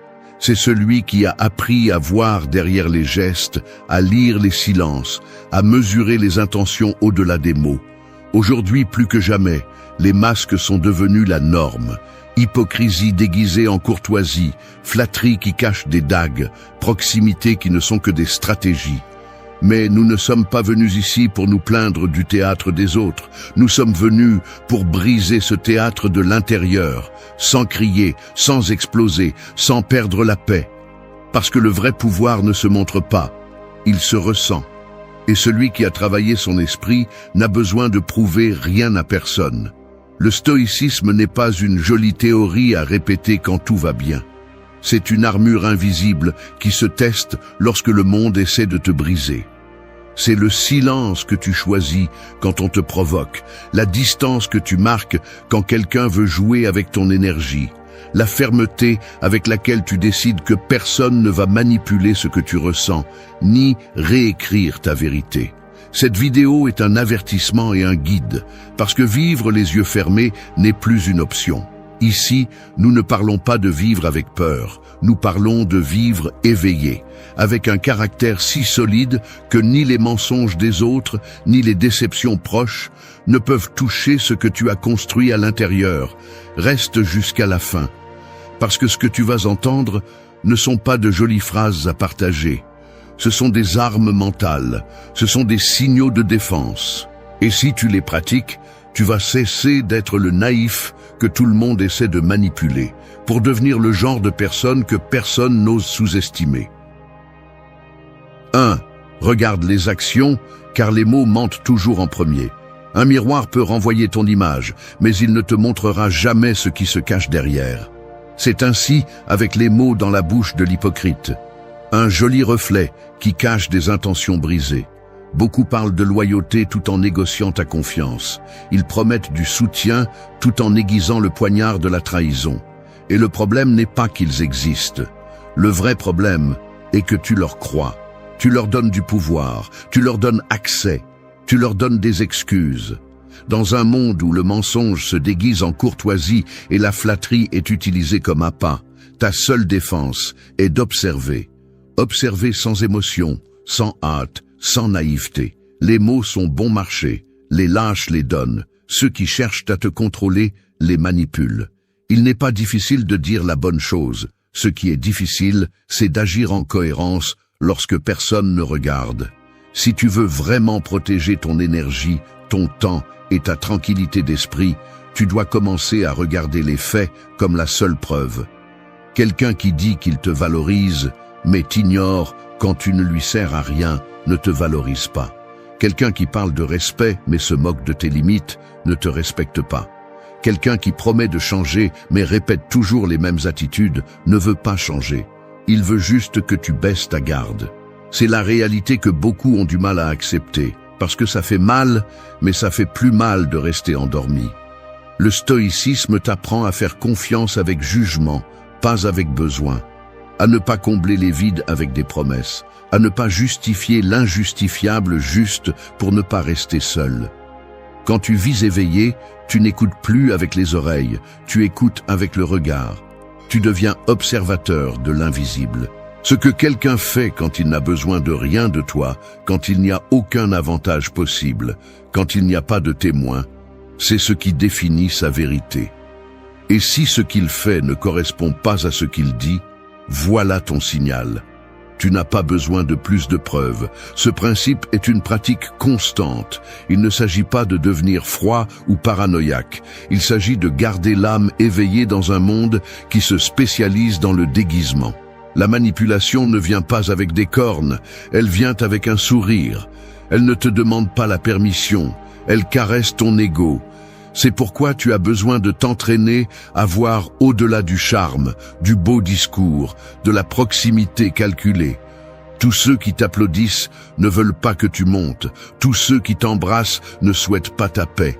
Certains s'approchent juste pour savoir comment te désarmer. Et si tu n'es pas attentif, ils y parviennent. Regarde comment ils traitent les autres, pas seulement toi. Regarde comment ils réagissent quand tu les contredis. Regarde à quel point leurs valeurs sont constantes quand les choses ne se passent pas comme prévu. C'est là que se voit le caractère. Le reste n'est que décoration. Être stoïcien, c'est avoir le courage de voir la vérité sans fioriture. C'est choisir la douleur d'une vérité claire sur le plaisir d'un mensonge confortable. C'est comprendre que l'action sera toujours le dernier mot. Et quand tu apprends cela, tu arrêtes de tomber. Tu arrêtes de te faire des illusions avec ceux qui savent seulement jouer la comédie. Tu arrêtes de justifier ceux qui t'ont déjà montré leur vérité. Parce que celui qui te blesse avec des actions après t'avoir promis de prendre soin de toi avec des mots, n'a pas commis une erreur. Il a fait un choix. Et toi aussi tu peux choisir. Tu peux choisir de voir. Tu peux choisir de partir. Tu peux choisir de ne plus croire une bouche qui ne sait pas respecter avec des actes ce qu'elle dit avec sa voix. C'est ton premier signe de pouvoir. Et aussi ton premier filtre contre la fausseté. Ne l'oublie pas, les mots mentent en premier, les actions jamais. 2. Garde un secret inviolable en toi. On dit que le feu le plus dangereux est celui que tu ne vois pas, celui qui brûle sous la terre en silence. Il en va de même pour l'esprit qui ne s'expose pas, qui ne crie pas, qui ne donne pas tout dès le départ. À une époque où beaucoup confondent transparence et faiblesse, apprendre à taire l'essentiel est un acte de pouvoir. Non pas pour se cacher, mais pour se protéger. Car plus tu révèles, plus tu donnes d'outils à ceux qui veulent te contrôler.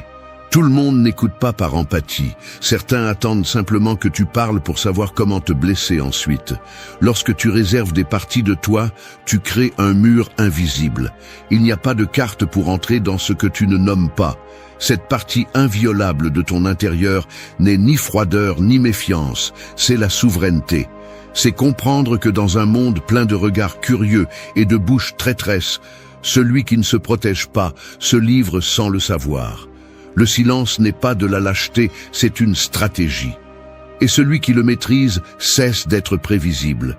Les manipulateurs ne supportent pas ce qu'ils ne comprennent pas. Tu leur enlèves le contrôle quand tu ne réagis pas, quand tu n'expliques pas, quand tu ne donnes pas plus d'informations que nécessaire. Ils ont besoin de connaître ton passé pour l'utiliser comme une arme, tes blessures pour les exploiter, tes rêves pour les écraser.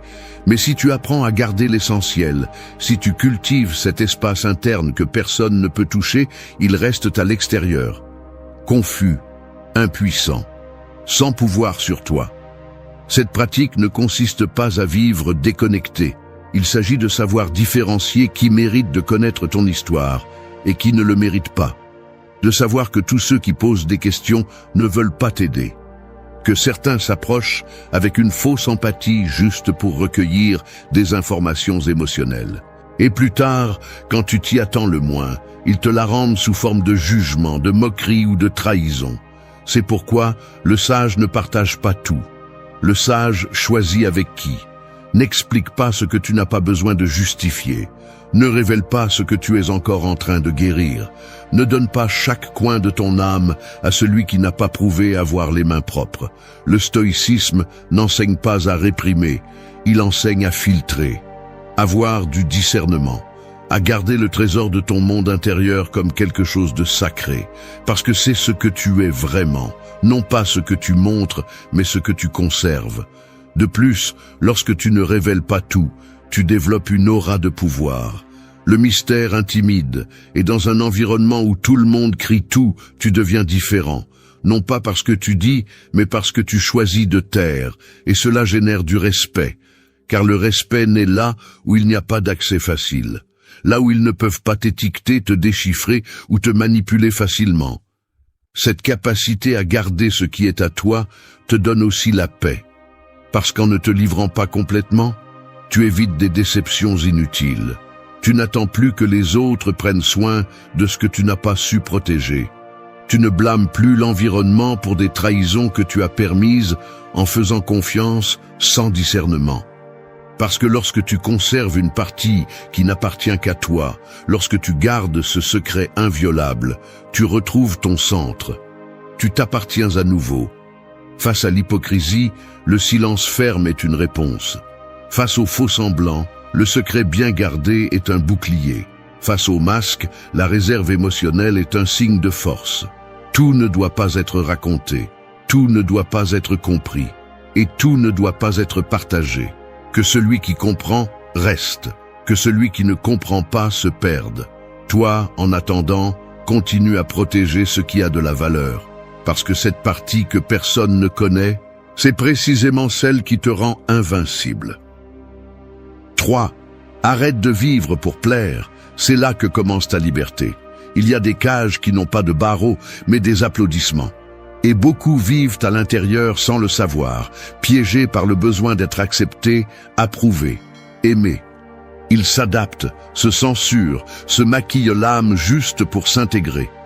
Mais ce qu'ils ne voient pas, c'est que plus tu essaies de plaire à tout le monde, plus tu t'éloignes de toi-même. Tu te fragmentes, tu te perds, tu deviens un écho de ce que les autres veulent voir, et non une voix propre. La véritable esclavage ne s'impose pas toujours de l'extérieur. Parfois, il naît de cette urgence silencieuse d'être validé à tout prix. Celui qui vit pour plaire est prêt à trahir son authenticité. Il change d'opinion en fonction de la personne avec qui il se trouve. Il s'excuse d'être différent. Il s'adapte tellement qu'il ne se souvient plus de qui il était avant d'essayer de plaire. Mais le problème n'est pas seulement l'épuisement émotionnel que cela génère, c'est qu'en vivant ainsi, tu deviens facilement manipulable, parce que quiconque détecte ton besoin d'approbation saura comment l'utiliser. Un compliment, une critique, un rejet minime, et ils te font bouger comme ils le veulent. Et si quelqu'un peut contrôler ton état interne avec si peu, alors tu n'as pas de liberté. Tu n'as que de la dépendance déguisée en bonne éducation. Le stoïcisme te secoue de cette addiction. Il t'enseigne que tu n'es pas né pour jouer un rôle, tu es né pour être. Que celui qui est offensé par ton authenticité ne mérite pas ton énergie. Que plaire parce que tu prétends est une défaite silencieuse, et que vivre pour plaire finit par te décevoir toi-même. Quand tu arrêtes de chercher l'acceptation à l'extérieur, tu te rends compte que beaucoup des relations que tu avais n'existaient que parce que tu te déguisais. Et en montrant ta vérité, certaines disparaissent. Et c'est normal, cela ne fait pas mal, cela libère. Cela ne signifie pas être grossier ou égocentrique. Cela signifie être honnête, avoir la force de soutenir ta vérité même quand elle dérange, ne pas dire oui quand tu veux dire non, ne pas sourire par habitude, ne pas se taire par peur. Plaire ne devrait pas être un objectif, cela devrait être une conséquence naturelle de ton authenticité. Et si ce n'est pas le cas, alors cela ne te sert à rien. Beaucoup t'ont appris que être aimé est plus important que être ferme. que plaire est plus important que confronter, que s'adapter est plus précieux que résister. Mais cette mentalité est dangereuse. Elle te rend docile face aux manipulateurs. Elle te fait douter de tes limites. Elle te transforme en un personnage qui n'existe que pour maintenir la paix, même si cette paix te coûte ton intégrité. Il ne s'agit pas de devenir indifférent, mais d'avoir de la clarté. Tous les conflits ne doivent pas être évités. Toutes les critiques ne doivent pas faire mal. Et toutes les personnes ne doivent pas te plaire. Quand tu comprends cela, quelque chose à l'intérieur change. Tu ne ressens plus cette anxiété à t'intégrer. Tu n'as plus besoin de l'approbation constante pour te sentir valide. Tu ne mendis plus l'affection avec des sourires forcés. Tu deviens plus silencieux, mais plus ferme. Plus simple, mais plus réel. Et dans cet état, curieusement, c'est quand tu attires le plus. Parce que les personnes authentiques dérangent, mais elles inspirent aussi. Tu n'as pas besoin de convaincre personne. Ta seule présence transmet quelque chose de plus fort que le plaisir. Elle transmet le respect. À partir de ce moment, ta liberté commence. Parce que tu ne décides plus en fonction de ce que diront les autres. Tu décides en fonction de ce que tu es.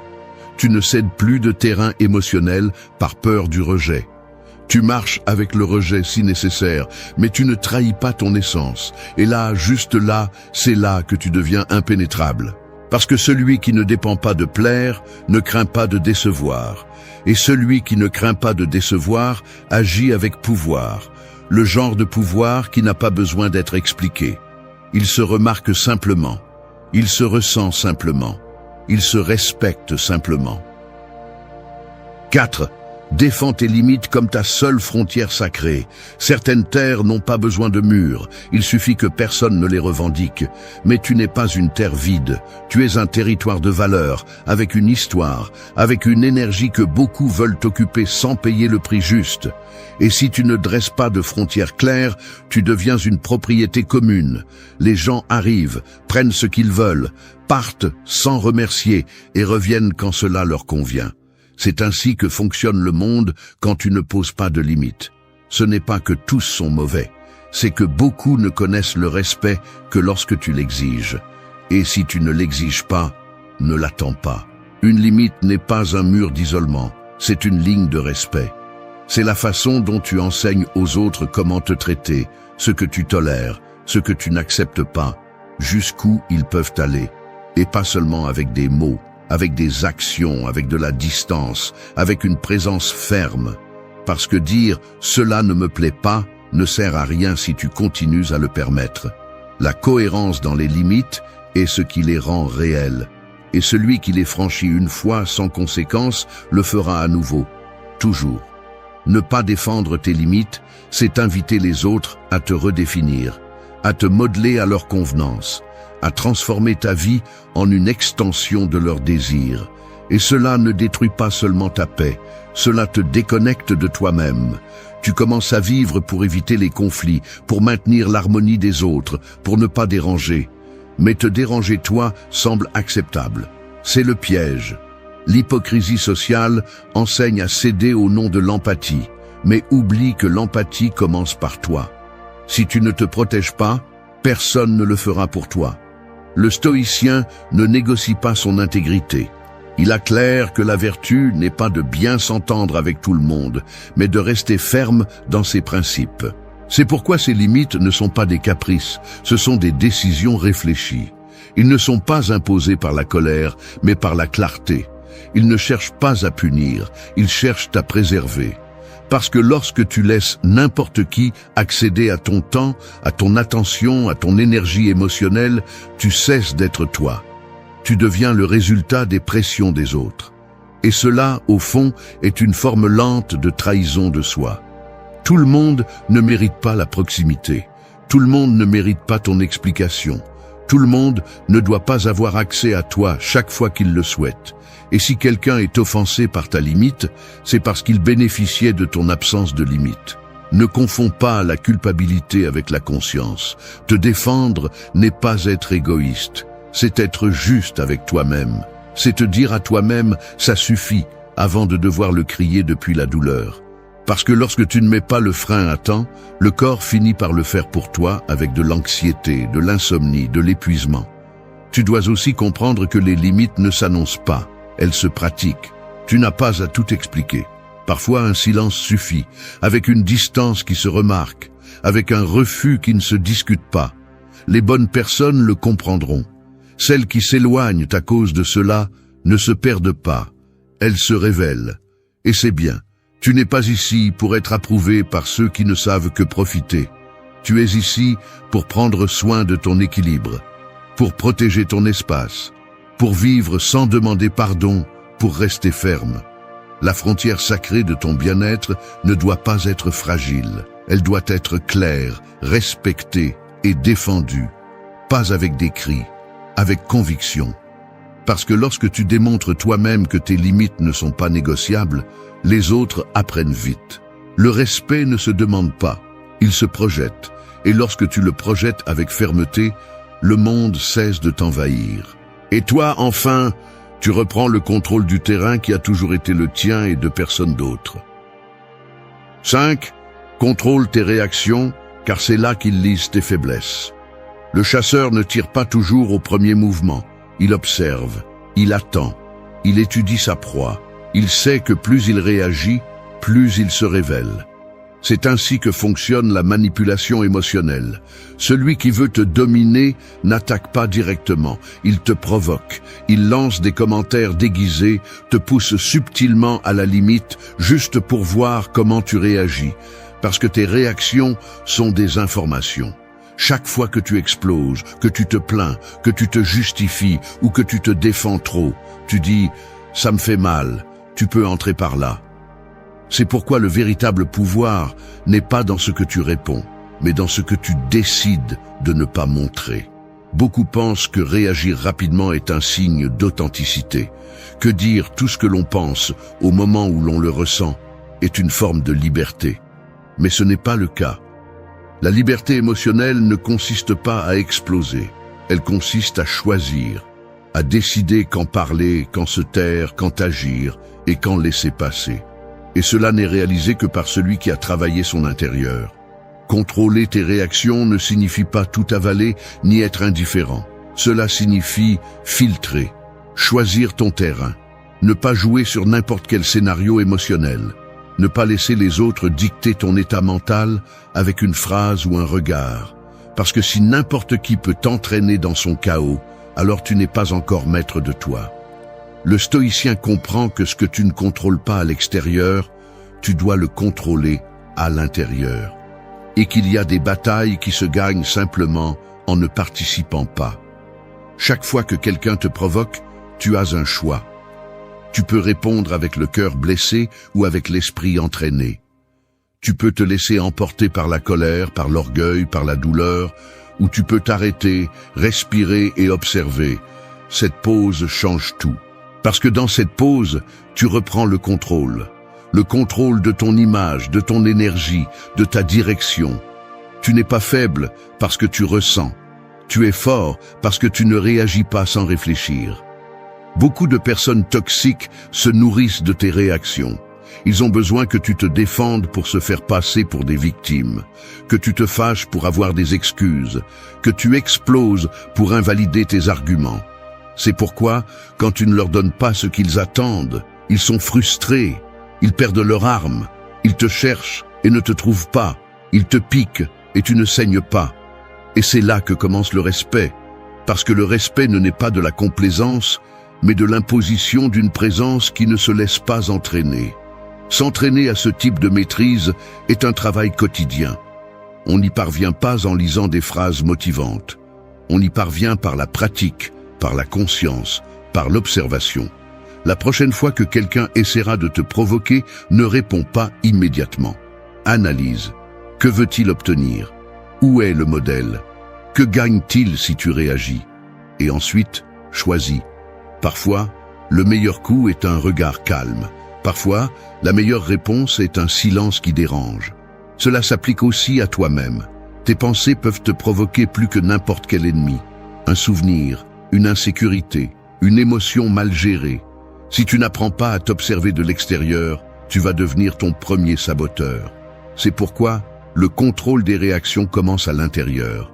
Ce n'est pas seulement pour te défendre contre les autres. C'est pour te protéger de toi-même. Celui qui contrôle ses réactions n'est pas froid. Il est conscient. Il ne réprime pas. Il choisit. Il ne fait pas semblant. Il priorise sa paix. Parce que la véritable force ne se démontre pas en criant plus fort, mais en restant calme quand tout le monde s'attend à ce que tu perdes le contrôle. Et dans ce calme, on construit un mur qu'aucun manipulateur ne peut franchir. C'est là que naît le véritable respect. C'est là que disparaissent tes faiblesses. 6. Brise les attachements qui te lient au manipulateur. Certaines chaînes ne font pas de bruit. Elles sont faites d'affections mal comprises, d'habitudes déguisées en amour, de loyauté qu'on t'a appris à ne pas remettre en question. Et le plus dangereux, c'est que souvent, ces chaînes ne sont pas posées par l'autre. Tu les poses toi-même, chaque fois que tu acceptes moins que ce que tu mérites, chaque fois que tu te convaincs que c'est la vie, ou que personne n'est parfait. Le problème n'est pas qu'il existe des personnes manipulatrices. Le véritable problème est que tu t'accroches à elles, croyant que tu as besoin de leur approbation, de leur présence ou de leur affection. Il y a ceux qui savent parfaitement que tu dépends d'eux émotionnellement, et ils n'utilisent pas cela pour prendre soin de toi. Ils l'utilisent pour te contrôler. Ils te récompensent par de l'affection et te punissent par le silence. Ils t'élèvent pour ensuite te faire tomber. Ils te font sentir que sans eux tu n'es pas suffisant. Et toi, par peur du vide, par peur de perdre, par peur de rester seul, tu continues à céder, tu continues à justifier, tu continues à espérer qu'ils changent. Mais ils ne vont pas changer, parce que leur pouvoir n'est pas dans le fait de t'aimer, il est dans le fait que tu ne sais pas vivre sans eux. Le stoïcien ne se laisse pas enchaîner.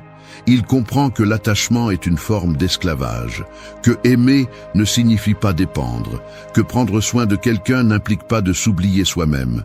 Le détachement n'est pas de la froideur, c'est de la clarté. C'est savoir que tu peux aimer quelqu'un profondément sans permettre qu'il détruise ta paix. C'est comprendre que la présence de l'autre ne peut pas te coûter ta stabilité, que celui qui te donne de l'amour avec des conditions n'aime pas, il négocie. Et tu n'es pas à vendre. Quand tu lâches l'attachement, quelque chose en toi se reconstruit. Tu commences à voir avec d'autres yeux. Tu n'es plus aveuglé par les promesses vides.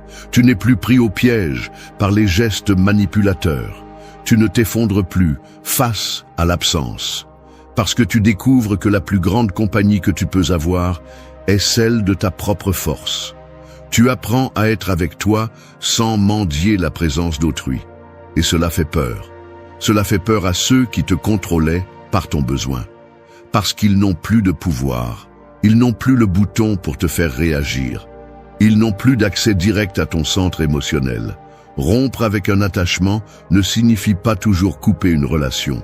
Parfois, cela signifie couper la dynamique interne. Arrêter de répondre de la même manière. Arrêter de croire la même chose. Arrêter de te faire petit pour que l'autre se sente à l'aise. Cela signifie commencer à poser des limites là où tu te taisais avant. Commencer à dire non là où tu cédais avant. Commencer à te choisir là où tu t'effaçais avant. Et même si cela fait mal, même si tes mains tremblent en le faisant, c'est nécessaire. Parce que personne ne viendra te libérer. Personne ne va briser ces chaînes pour toi. Seul toi peux le faire. Et seul toi sais combien cela te coûte de rester attaché. Ce type de liberté ne se célèbre pas à l'extérieur, on la ressent à l'intérieur. Quand enfin tu dors tranquille, quand tu ne vérifies plus ton téléphone en attendant des excuses, quand tu ne marches plus avec anxiété parce que tu n'as pas reçu d'approbation. Cette tranquillité n'a pas de prix, et elle n'est pas obtenue avec plus d'affection externe. Elle est obtenue avec de l'amour propre, avec une décision ferme, avec un acte silencieux de courage. Alors regarde bien autour de toi. Demande-toi qui est dans ta vie par une véritable connexion et qui est là seulement parce qu'il a besoin que tu sois faible. Et ensuite, agis. Pas avec de la haine, pas avec du drame, avec détermination. Parce que celui qui se libère de l'attachement cesse d'être une marionnette. Il cesse d'être un prisonnier. Et il devient quelque chose que beaucoup craignent et que peu parviennent à être, quelqu'un de véritablement libre. Et cette liberté, une fois que tu l'as touchée, tu ne la négocies plus avec personne. Jamais plus. 7. Deviens imprévisible. Les bateaux les plus difficiles à couler sont ceux qui changent de cap quand personne ne s'y attend. En mer, comme dans la vie, être prévisible te rend une cible facile. Si tu réagis toujours de la même manière, si tout le monde sait ce que tu feras, comment tu le diras, quand tu le feras, alors tu deviens manipulable. On te lit comme si tu étais un livre ouvert, et le pire, c'est que certains écrivent même tes fins pour toi. Ils utilisent tes schémas pour te contrôler, pour anticiper, pour te limiter. Mais si tu changes le jeu, si tu deviens imprévisible, si tu arrêtes d'agir comme tout le monde s'y attend, alors tu récupères quelque chose que beaucoup ont perdu, le contrôle de ta propre vidéo. La plupart vivent sous programmation. Ils répètent des habitudes, des pensées, des réponses. Ils réagissent toujours de la même manière quand on leur dit la même chose. Ils crient quand on les provoque. Ils supplient quand on les ignore. Ils s'éteignent quand on les désapprouve. Mais celui qui se déplace ainsi est exposé. Parce que le monde, surtout les manipulateurs, ne respecte pas ce qui est prévisible. Ils l'utilisent, ils l'exploitent. Le stoïcisme ne te demande pas de froideur, il te demande de la stratégie. Il ne te rend pas distant, il te rend imprévisible. Parce que tu ne donnes pas de réponse automatique. Tu ne livres pas ta réaction comme un réflexe. Tu prends des décisions à partir du calme, pas de la nécessité. Et cela désarme. Le manipulateur ne peut pas opérer sans prévisibilité. S'il ne sait pas par où entrer, il se retire. S'il ne peut pas t'anticiper, il se frustre. Et c'est là que tu gagnes sans combattre. Être imprévisible ne signifie pas être incohérent. Cela signifie ne pas être malléable. Que ta vie ne dépende pas de la vidéo que les autres ont écrite pour toi. Que tu ne fasses pas ce qu'ils attendent, mais ce que tu choisis. S'ils veulent te voir supplier, ils te voient avancer. S'ils s'attendent à te voir exploser, ils te voient en silence. Tu dois aussi comprendre que devenir imprévisible est un processus interne. Cela signifie connaître tes schémas, les briser et construire de nouvelles façons d'agir. Cela signifie arrêter de réagir par impulsion. Te demander à chaque fois, est-ce que je fais cela parce que je le choisis ou parce qu'on l'attend de moi ? Cette réponse me représente-t-elle ou suis-je simplement en train d'agir à partir de l'ancienne vidéo ? Parce que l'ancienne vidéo est écrite avec des attentes étrangères, des blessures passées, des conditionnements. Et si tu ne la brises pas, tu continueras à jouer un personnage que tu n'es pas. L'imprévisibilité consciente génère du respect. Parce que celui qui ne se laisse pas lire impose sa présence. Celui qui ne se laisse pas manipuler projette du pouvoir. Et ce pouvoir ne se crie pas, on le ressent. On remarque quand quelqu'un bouge par décision et non par réaction. Tu n'as pas besoin de devenir quelqu'un de mystérieux, juste quelqu'un qui ne se trahit pas, qui peut changer de direction si cela l'aligne mieux avec sa vérité, qui n'a pas peur de décevoir si cela signifie être authentique, qui n'a pas peur de perdre si cela signifie se libérer.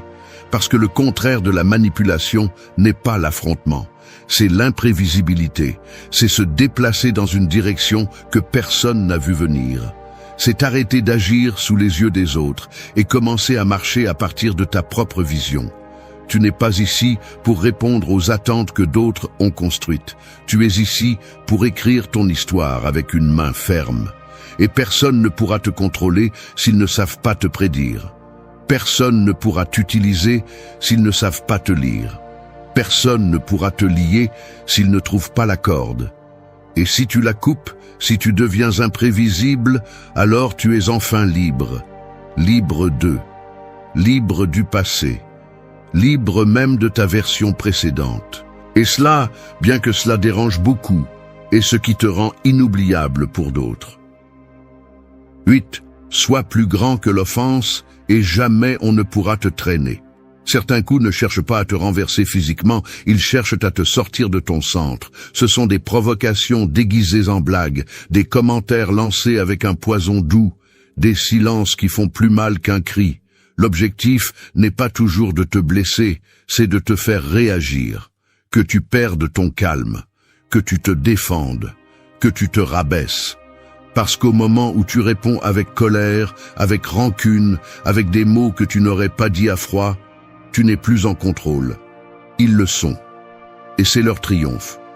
Mais quand tu choisis de ne pas t'accrocher, quand tu décides d'être plus grand que l'offense, le jeu se brise. L'agresseur perd du pouvoir. Et toi, même si tu ne dis pas un mot, tu gagnes du respect. Il ne s'agit pas de tout permettre. Il ne s'agit pas de laisser passer les abus ou les injustices. Il s'agit de choisir dans quelle bataille il vaut vraiment la peine de dépenser ton énergie. Chaque commentaire ne mérite pas une réponse. Chaque attaque ne justifie pas ta réaction. Il y a des gens qui se nourrissent uniquement du conflit, qui cherchent de l'attention à travers le chaos, qui veulent que tu te rabaisses à leur niveau pour se sentir validé. Si tu tombes dans leur jeu, tu perds plus que la discussion. Tu perds ta paix, tu perds ton focus, tu perds ta dignité. Le stoïcisme enseigne à observer sans réagir, à choisir le silence, non pas par faiblesse, mais par maîtrise, parce que celui qui se tait en conscience a le contrôle, et ce type de contrôle dérange, désarme. Personne ne s'attend à ce que tu souris quand on te provoque. Personne ne s'attend à ce que tu regardes avec fermeté sans élever la voix. Personne ne sait quoi faire quand ils ne parviennent pas à t'affecter. Et c'est là que tu brilles. Non pas parce que tu ne souffres pas, mais parce que tu ne te brises pas. Beaucoup confondent l'orgueil avec la force, mais l'orgueil réagit. La force se maintient. L'orgueil crie. La force observe. L'orgueil veut se venger. La force n'a plus besoin de prouver quoi que ce soit. Être plus grand que l'offense, c'est savoir que ce que l'autre dit de toi n'a pas de valeur si tu ne l'acceptes pas comme vérité. Que ce que quelqu'un fait ne définit pas ton caractère. Que ce qu'ils essaient de te provoquer ne fonctionne pas si tu ne dépends plus de leur approbation. Quand tu décides de ne pas répondre aux coups, tu fais quelque chose de plus profond que résister. Tu éduques. Tu enseignes à l'autre que tu ne joues pas de la même manière, que tu ne vas pas lui donner ta stabilité pour une provocation bon marché, que ta valeur ne réside pas dans le fait de te défendre tout le temps, mais de maintenir ton axe même sous pression. Et cela, avec le temps, filtre. Les personnes qui cherchent le drame s'éloignent. Celles qui apprécient le calme se rapprochent. Et tu deviens un point ferme au milieu du chaos. Cela ne s'entraîne pas en théorie, cela s'entraîne dans le moment réel, dans le trafic, dans une réunion tendue, dans un message passif-agressif, dans une discussion qui commence à chauffer. C'est là que tu choisis. Te rabaisser ou t'élever, réagir ou respirer, te noyer avec eux ou rester au-dessus. Cette décision fait la différence, parce qu'un esprit qui se maîtrise au milieu du feu est plus puissant que n'importe quel argument. Et cette maîtrise n'est possédée que par celui qui a décidé de ne pas perdre sa paix pour rien ni pour personne. Ce n'est pas de l'ego, ce n'est pas de l'indifférence, c'est de l'autoconservation, c'est de l'intelligence émotionnelle, c'est de la stratégie. Si tu parviens à rester ferme quand d'autres essaient de te déstabiliser, tu deviens intouchable. Personne ne peut te traîner si tu ne t'accroches pas. Personne ne peut te détruire si tu ne t'exposes pas. Personne ne peut te retirer ta valeur si tu ne la donnes plus par réaction. Sois plus grand que l'offense et tu verras comment petit à petit, le monde commence à respecter ce que tu as appris à protéger, ton centre. Et cela ne se discute pas, cela s'impose, cela se ressent, cela se respecte.